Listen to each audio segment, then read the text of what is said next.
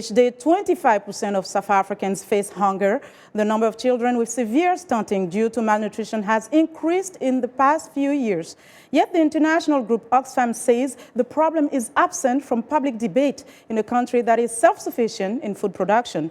As Emilie Iob reports from Johannesburg, a lack of education and limited access to affordable, balanced foods are some of the main causes of hunger. These children eating their morning porridge are not in a school canteen, but in a rehabilitation center for malnourished children. In South Africa, official statistics show almost a quarter of the population faces hunger on a regular basis. The country is considered food secure, but factors such as price inflations and high unemployment prevent some from accessing not only enough food, but also enough quality food. According to Oxfam Rashmi Mystery, a chronic lack of nutrition affects 25% of children with serious consequences. Stunting and malnutrition starts in the womb.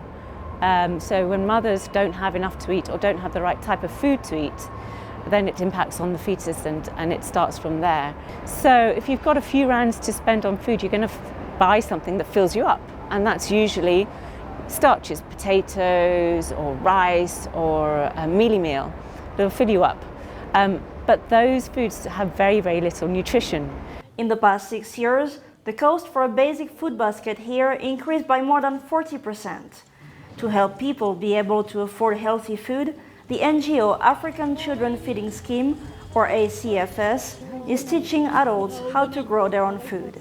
Nosipo Siswene lives on a government stipend of $86 a month to feed her family of 5. She says since she started a garden, she saves half of her food budget. I didn't like gardening before because I didn't understand anything about it. But after I was taught how to garden, I quickly loved it.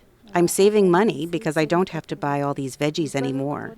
I eat healthy food now because I get them fresh from my garden.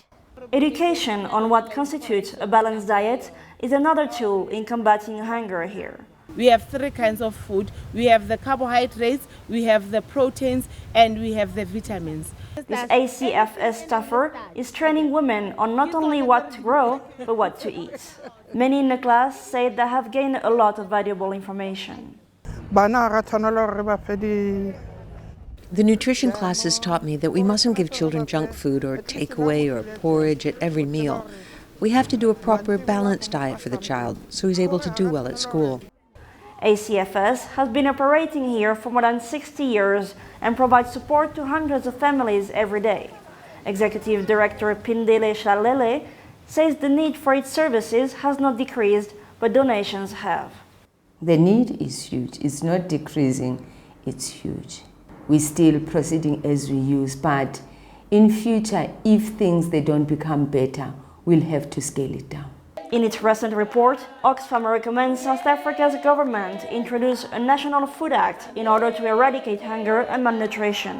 While the right to food is enshrined in South Africa's constitution, it appears not yet to be completely in practice. Emilie Iob for VOA News, Johannesburg.